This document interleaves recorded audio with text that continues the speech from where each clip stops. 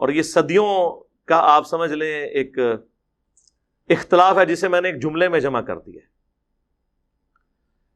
کہ رسول اللہ صلی اللہ علیہ وآلہ وسلم کی مبارک زندگی میں صحابہ کرام کی جو عقیدت تھی اللہ کے محبوب کے ساتھ صلی اللہ علیہ وآلہ وسلم، وہ عقیدت آج اگر آپ نے کسی میں دیکھنی ہے تو وہ بریلوی مکتب کے لوگ ہیں. لیکن نبی علیہ السلام کی وفات کے بعد صحابہ کرام کی جو حضور کے ساتھ عقیدت تھی وہ آپ نے اگر دیکھنی ہے تو وہ اہل حدیث کے اندر ہے. جی بخاری مسلم میں حدیث ہے کہ نبی علیہ السلام کا مبارک پسینہ صحابہ کرام خوشبو کے طور پہ استعمال کرتے تھے. بالکل ٹھیک ہے سر، آج تو ہم پسینہ نہیں لے سکتے اور نہ اس پہ قیاس کر کے قبر رسول کی مٹی اکھاڑ سکتے ہیں. کیا صحابہ نے اکھاڑی؟ جی بخاری میں آتا ہے نبی علیہ السلام نے وضو کیا، وضو کا جو پانی ہے صلح حدیبیہ کے موقع پر صحابہ کرام نے لے کے اپنے جسموں پہ ملا، اور جس کو نہیں ملتا تھا وہ دوسرے سے لے کے جسم پہ ملتا تھا. تو یار وضو کا پانی تو آج اویلیبل نہیں ہے. اگر آپ کہیں کہ اب ہم آپ کے بزرگوں کے پسینوں والے ٹیشو پیپر منہ میں ڈالنا شروع کر دیں، جس طرح وہ 2014 کے دھرنوں میں ڈاکٹر طاہر القادری صاحب اپنا پسینہ پوچھ کے مریدین میں بانٹ رہے تھے، اور الیاس قادری صاحب ٹی وی میں آپ دیکھ لیں کہ وہ ساری اور افطاری میں وہ جو بوٹیاں کھاتے تھے اس کی ہڈیاں مریدین میں تقسیم کرتے تھے. اب یہ تو ہم نہیں کر سکتے میرے بھائی. آپ نے ان کو پیغمبر بنا لیا ہے کہ حضرت ابو بکر، عمر، عثمان و علی رضی اللہ عنہم اجمعین وعلیہم السلام اجمعین اپنی عزت اس طرح کرواتے تھے؟ انہوں نے تو سوچا بھی نہیں تھا. صحیح بخاری میں آتا ہے نبی علیہ السلام نے حجۃ الوداع کے موقع پر اپنے بال منڈوا کر صحابہ کرام میں تبرکن تقسیم کیے. صحیح بخاری کے اندر ہی موجود ہے. انس بن مالک کہتے ہیں حضور کا ایک بال میرے پاس ہونا دنیا اور جو کچھ دنیا کے اندر ہے اس سے بڑھ کر مجھے محبوب ہے. صحیح بخاری میں حدیث ہے ام سلمہ ہماری والدہ، بلکہ اپروپریٹ ورڈ ہے ہماری ماں ام المومنین، ان کے پاس حضور کے چند بال تھے جو ایک ڈبیا میں انہوں نے رکھے ہوئے تھے، اور اس محلے میں جب کوئی بیمار ہو جاتا وہ پانی برتن میں بھیجتا، وہ اس میں ڈبو کے ہلا کے دیتی تو اس مریض کو شفا ہو جاتی تھی. صحیح مسلم میں حدیث ہے نبی علیہ السلام کا کسروانی تیالسی کالا جبہ اسما بنت ابی بکر کے پاس تھا، اور وہ کہتی ہیں حضور پہنا کرتے تھے اور ہم اس کا دھون مریضوں کو شفا کے لیے دیتے ہیں. یہ حضور کے تبرکات تھے، اس میں تو کوئی شک نہیں ہے. صحابہ کرام، ابو داؤد ترمذی میں حدیث ہے نبی علیہ السلام ایک صحابی کو ملنے گئے تو آپ کو پیاس لگی تو حضور نے کہا میں نے پانی پینا. انہوں نے کہا کہ وہ مشکیزہ ہے، تو حضور علیہ السلام نے اس مشکیزے سے منہ لگا کر کھڑے ہو کر پانی پیا. وہ کہتے ہیں جیسے ہی حضور ہٹے میں نے مشکیزے کا منہ کاٹ کے اپنے پاس رکھ لیا تبرک کے طور پہ کہ اس سے میرے نبی کا منہ لگا ہوا ہے. سر صحابہ کرام نے وہ عقیدت کی ہے جو آپ کو یہ زبانی کلامی یہ جو دعوے کرتے نعرے مارتے لوگ نظر آتے ہیں، لیکن کب کی ہے؟ جب حضور علیہ السلام ان کے سامنے موجود تھے. لیکن جیسے ہی فوت ہوئے ہیں تو آپ کی میت کے اوپر محفل میلاد نہیں ہوئی، آپ کی میت کے اوپر وما ارسلناک الا رحمۃ للعالمین نہیں پڑھا گیا، بلکہ کیا پڑھا گیا؟ سیدنا ابوبکر کا خطبہ. 4 جگہ کم از کم بخاری میں ہے، اس سے بھی زیادہ جگہ لیکن ڈیٹیل 4 جگہ. کیا پڑھا؟ اپنی طرف سے اما بعد، یعنی صلاۃ والسلام کے بعد انہوں نے کہا من کان یعبد محمدا فان محمدا قد مات. تم میں سے جو کوئی بھی محمد کی عبادت کرتا تھا جان لے کہ محمد پاکستان میں فوت ہو چکے اور حضرت ابوبکر صدیق کے زمانے میں مر چکے، کیونکہ مات کا ترجمہ فوت تو نہیں ہم کر سکتے، فوت تو خود عربی کا لفظ ہے. وَمَنْ كَانَ يَعْبُدُ اللَّهَ فَإِنَّ اللَّهَ حَيٌّ لَا يَمُوتُ. اور جو کوئی اللہ کی عبادت کرتا ہے یا کرے گا جان لے اللہ کو کبھی موت نہیں آئے گی. صحابہ میں کون رسول اللہ کی عبادت کرتا تھا؟ کوئی نہیں. مجھے بھی لوگ کہتے ہیں نا انجینئر فرضی جملے بول کے ساڈے بزرگوں نے لتاڑ دا ہے. تو حضرت بکر صدیق نے فرضی جملہ نہیں بولا، یہ کوئی آیت پڑھی تھی انہوں نے، کوئی حدیث پڑھی تھی، 295 سی لگا دینی تھی آپ لوگوں نے. اور پھر اپنی بات کی دلیل میں انہوں نے آیت پیش کی وما محمد الا رسول قد خلت من قبلہ الرسل افئن مات او قتل. محمد تو نہیں مگر ایک رسول، اگر یہ مر جائیں یا قتل کر دیے جائیں، یعنی پاکستان میں یہ وصال فرما جائیں یا شہید کر دیے جائیں، تو کیا تم دین سے الٹے قدم پھر جاؤ گے؟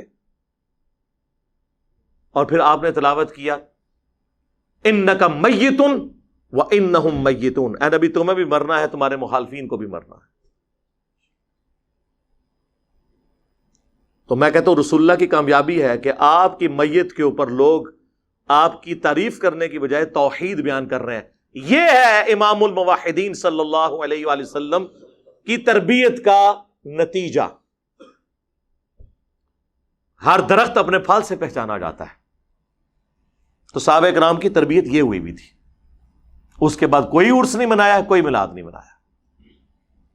تو آپ اس چیز کو فرق کو سمجھیں.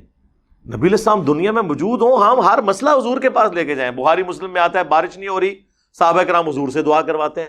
صحیح بخاری میں آتا ہے کہ صحابی کی پنڈلی ٹوٹ گئی, نبی علیہ السلام نے مبارک ہاتھ پھیرا, وہ صحیح ہو گئی. بخاری مسلم میں آتا ہے کہ نبی علیہ السلام صلح حدیبیہ کے موقع پر جب پانی نہیں تھا, آپ کو پیالہ جمع کر کے دیا گیا, آپ نے مبارک انگلیاں اس میں داخل کی, 1500 صحابہ نے وضو کیا, اپنے جانوروں کو پلا لیا, تب بھی بچ گیا. اور جابر بن عبداللہ کہتے ہیں ہم 1,00,000 بھی ہوتے نا, پانی اس سے بھی زیادہ تھا. حضور کا معجزہ ظاہر ہوا. تو آج اگر حضور موجود ہو ہم, اور یہ میرا اپنا عقیدہ نہیں ہے, یہ حضرت عمر کا عقیدہ ہے. 1010 نمبر حدیث صحیح بخاری میں, اِنَّا كُنَّا نَتَوَسَّلُ إِلَيْكَ بِنَبِيِّنَا صلی اللہ علیہ وآلہ وسلم, اے اللہ پہلے ہم تیرے نبی کو تیری بارگاہ میں پیش کیا کرتے تھے توسل کے طور پر. اب ہم تیرے نبی کے چچا کو لے کے آئے ہیں, تو ان کی دعا کی برکت سے بارش نازل فرما, تو بارش نازل ہو جاتی. قبر رسول پہ تو نہیں گئے. حالانکہ صحیح مسلم میں موجود ہے کہ ایک دفعہ سفر کے دوران جب اسی طریقے سے کھانے پینے کا مسئلہ بنا, تو سیدنا عمر نے حضور سے کہا یا رسول اللہ آپ کو ہم تھوڑا سا جمع کر دیتے ہیں, آپ اس پہ برکت کی دعا فرمائیں. تو بڑی مشکل سے آدھا پیالہ جمع ہوا, حضور نے اس پہ برکت اپنی مبارک ہاتھ ڈالا, تو سب لوگوں کو کفایت کر گیا. تو حضرت عمر یہ بھول گئے تھے, قبر رسول پہ جاتے کہتے یا رسول اللہ اپنا ہاتھ باہر نکالیں. آپ نے 500 سال بعد تو شیخ احمد رفاعی کے لیے نکالنا ہی ہے.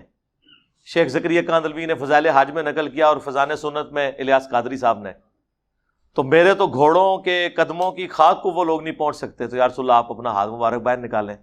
نا اس زمانے سے عقیدے یہ گلاں نہیں سن ہوندیاں, پرانیاں گلاں, پرانے عقیدے, پرانے بابے تے شاہی کوئی نہیں. حضرت عمر کے مقابلے میں, میرے مقابلے میں نہیں. تو حضرت عمر کے لیے تو کوئی نہیں نکلی. تو مثالیں تو ہم نے وہاں سے ہی دینے. بھائی حضرت عمر کے لیے اگر ہاتھ نہیں نکلا تو بابے تے شاہی کوئی نہیں. جھوٹے واقعات. تو نبی علیہ السلام کی مبارک زندگی میں آپ کے ساتھ جو معاملات تھے وہ وفات کے بعد اس طریقے سے نہیں ہو سکتے. ورنہ تو میں نے کئی دفعہ کہا ہے کہ آپ لوگ جھڑے بنو, اکد مولوی دی لت پنو, روزہ شریف پہ ہم اسے لے جاتے ہیں, ٹھیک کروائیں. اور یار جب ثقیفہ بنی ساعدہ کا ایشو ہوا, بخاری مسلم میں آتا ہے نبی علیہ السلام کی وفات کے بعد 6 مہینے تک مولا علی نے سیدنا ابوبکر کی بیعت نہیں کی. اس دوران کسی کو یہ وہم بھی نہیں آیا کہ جا کے قبر رسول سے جا کے پوچھ لیتے ہیں کہ آپ کا خلیفہ کون ہے آپ کے بعد. اس زمانے میں عقیدے نہیں ہوتے تھے. اما عائشہ 47 ایئرز تک رہی ہیں حجرہ عائشہ میں, کبھی انہوں نے دعویٰ نہیں کیا کہ میری حضور سے ملاقات ہوئی ہے, میں نے آپ کو فزیکلی دیکھ لیا. حتیٰ کہ جب جمل کے لیے نکلی ہیں اس وقت نہیں حضور نے کوئی آواز دی کہ عائشہ نہ جاؤ. وہ تو ہو پہ جا کے کتے جب بھونکے ہیں تو پھر آپ کو یہ ریئلائز ہوا کہ یہ تو غلط ہو گیا کام, ورنہ تو حضور نے تو نہیں روکا. اس زمانے میں یہ عقیدے ہوتے ہی نہیں تھے میرے بھائی, یہ چیزیں ایگزسٹ ہی نہیں کرتی تھیں. یہ سب کہانیاں انہوں نے بنائی ہوئی ہیں, اب نہیں بنے گی اللہ کے فضل سے, کیونکہ اب تو میڈیا کا دور ہے.